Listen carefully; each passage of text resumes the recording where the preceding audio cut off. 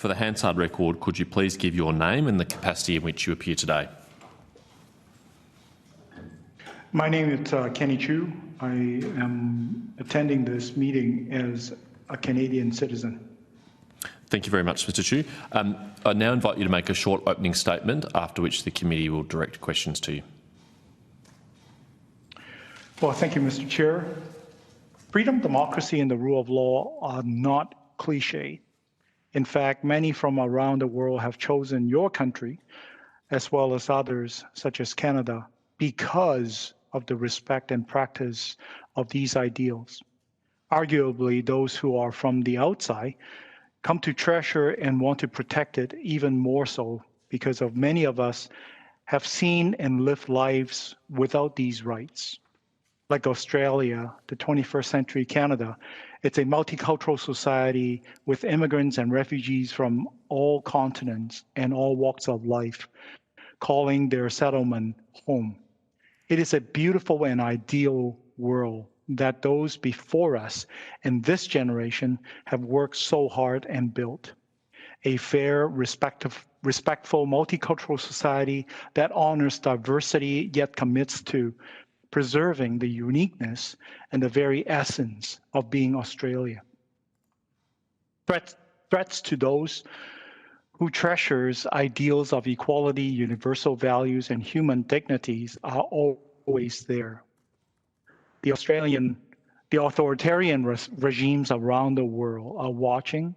They are working hard to undermine us. Their goals are to turn our countries into subservient states, kowtowing to their direct influence, be it the Russian Federation, China, Iran, or other less resourceful yet ambitious regimes.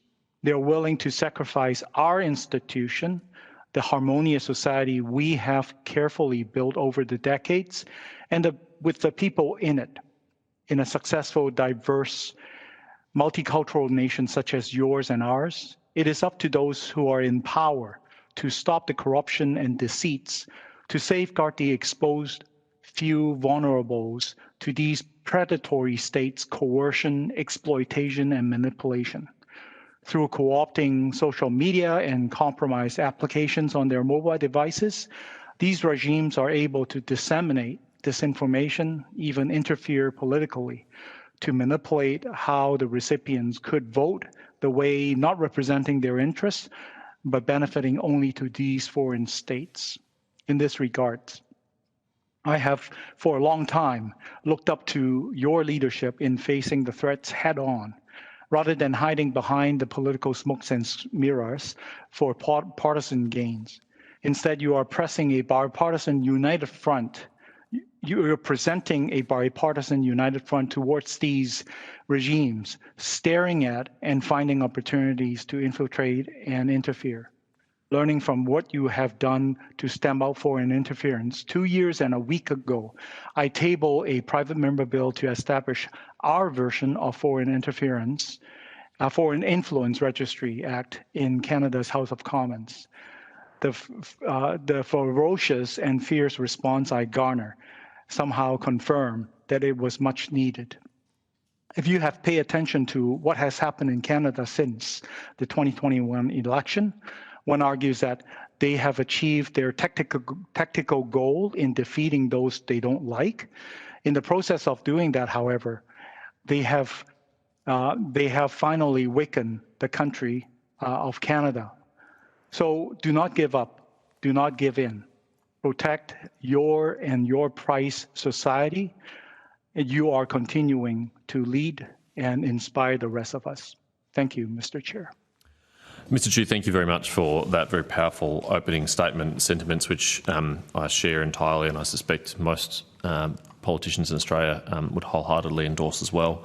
The reason why we invited you to appear and give evidence for this committee is that you have the unfortunate honour of perhaps being the first known political victim of a foreign interference through social media campaign, and what happened to you, I think, is a very, very salutary lesson for all democracies, which if we don't heed, will be at our peril.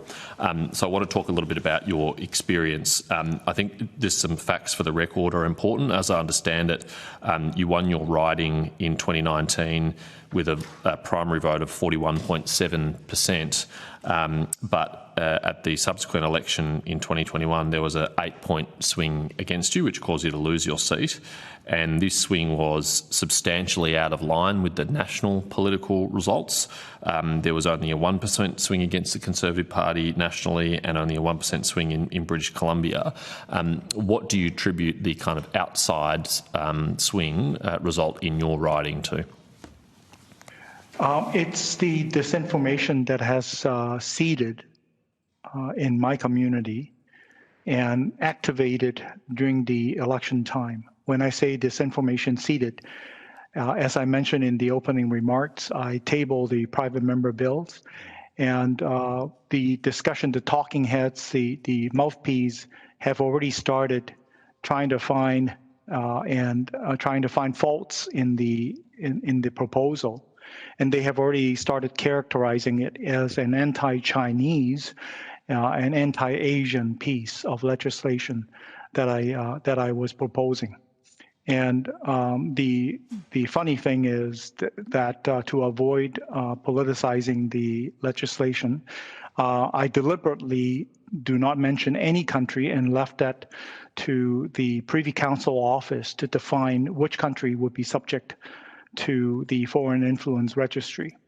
And so it started before the election. And during the election, you start seeing authoritative articles being written and circulated among the WeChat community, and both attacking my leader then, Mr. Aaron O'Toole, and specifically also using my private member bill to attack me, and claiming that we are anti-Chinese, that we are Chinese haters, and therefore we must be opposed. And should I get reelected again, my bills somehow automagically will be passed, and all Chinese in Canada will be subject to unimaginable Chinese exclusion and Chinese persecution. And so these are disinformation that were activated soon after the election started, and it came with a ferocity that, frankly speaking, it's not what I had anticipated and expected. So we were caught unprepared. And as I understand it, I mean, the disinformation that was spread about your bill was kind of verifiably and objectively false. It made extreme statements about what the consequences would be for falling afoul of the scheme that you're proposing to introduce, for example, and was clearly designed to frighten Canadians of Chinese descent or Chinese origin. Yes, we, like Australia, Canada has also gone through our decades of struggles. Canadian of Chinese descent, we never have the rights to vote until the 60s in the last century. And therefore, there have been a lot of heated discrimination and hatred and fear pent up. And this year is going to be the 100th anniversary of the Chinese Exclusion Act. And therefore, understandably, the community, it's relatively on edge, and they are very concerned. Especially during the pandemic, Asians have unfortunately suffered more than its fair share of discrimination and hate from very selected few in our society. But all these culminate and get activated by the articles that seemingly authoritative, and there also have been chatting groups and also in radio programs, talk show hosts and commentators confirming and reaffirming all these misinformation and disinformation. It may be of interest to you because I know that your bill was in part based on Australia's legislation in this area. that while we were in the process of introducing that bill, we had a by-election in Australia in a constituency called Bennelong in New South Wales that has a significant Chinese Australian community, and misinformation about that scheme, called the Foreign Influence Transparency Scheme, was a significant feature of the debate in the local Chinese Australian community, and circulated widely, particularly on the WeChat platform.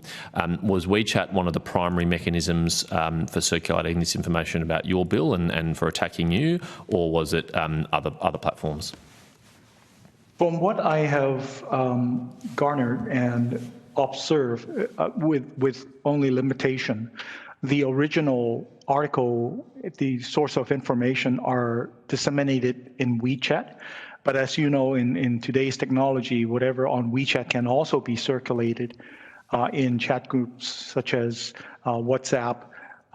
And typically, Chinese from Hong Kong or elsewhere, they are more accustomed to using WhatsApp instead of WeChat.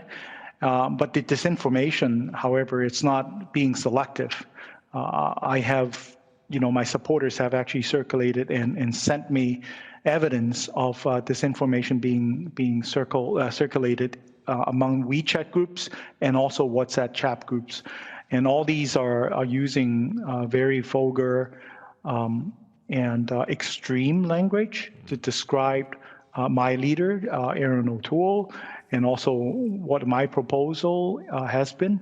And the irony is that by the election that we had in 2021, Australia has already been exercising the foreign interference, the registries, and also other laws for years. And the societies has, by and large, been living in harmony continuously. And unfortunately, that's the irrational vulnerability that some of these regimes are exploiting. And had I known about what you mentioned during its introduction, the Foreign Influence Transparency Act, I would have been more prepared and to confront these threats.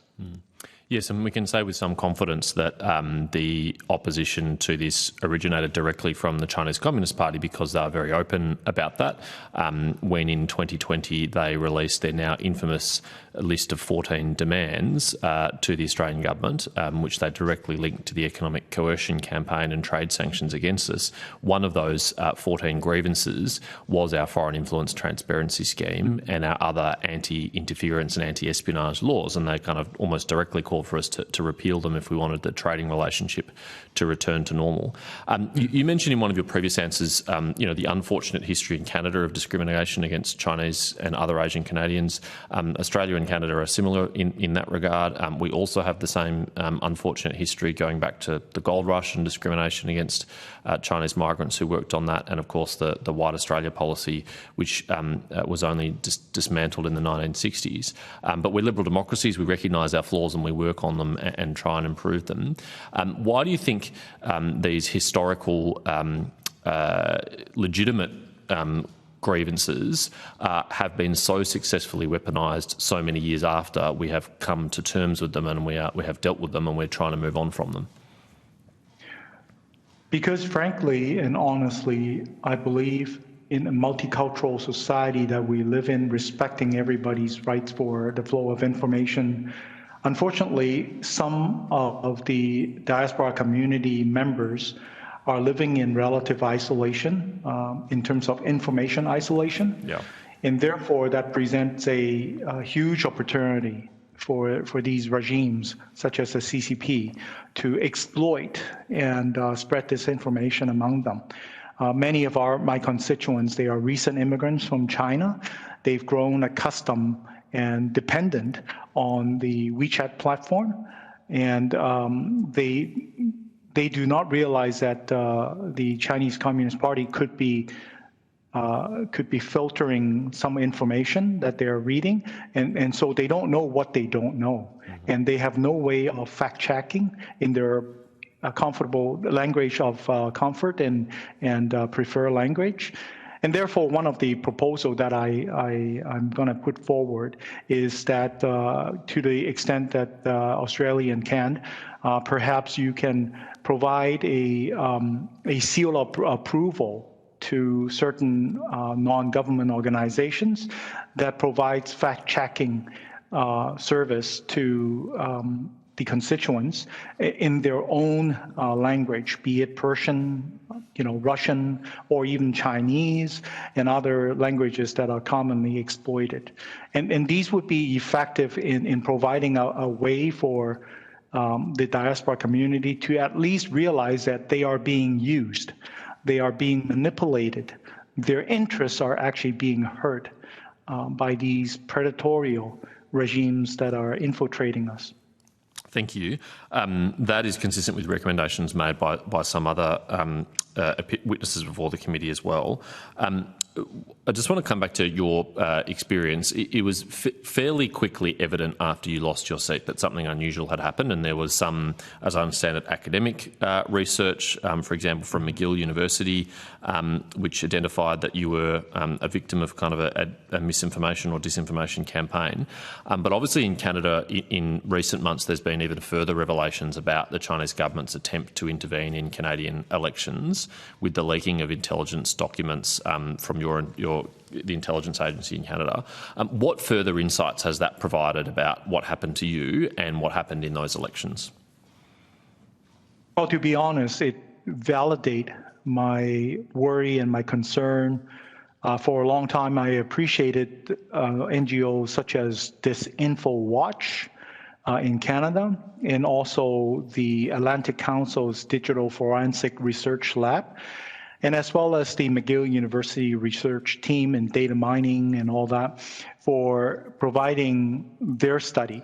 However, I have for a long time not hear anything from my government of my country in speaking up and in facing the allegations that I have put forward seriously until late last year, when certain bureaucrats who are in charge of national security and intelligence, under desperation, they turned themselves into whistleblowers and have disclosed that for a long time that the Canadian Security Intelligence Service, CSIS, people have been paying attention and monitoring the specifically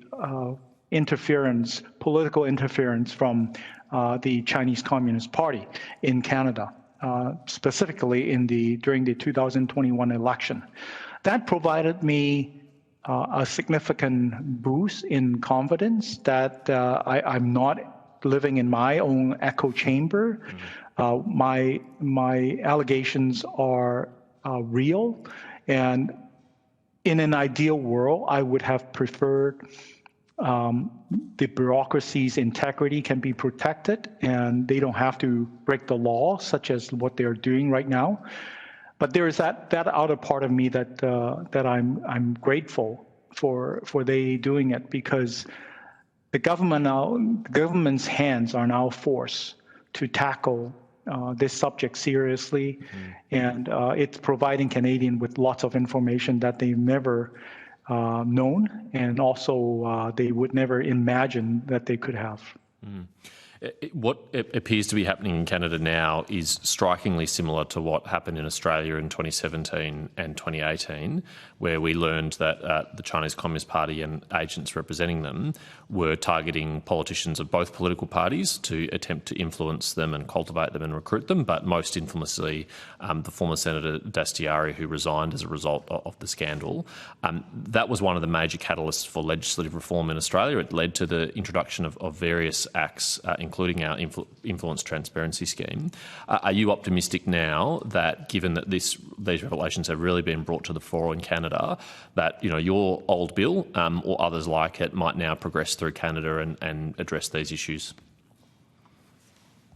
Mr. Chair, in general, I'm an optimist. However, on this very subject, judging on the lack of action, not the lack of words from my government, I'm not I'm trying to protect myself from disappointment, and I'm not being hopeful here.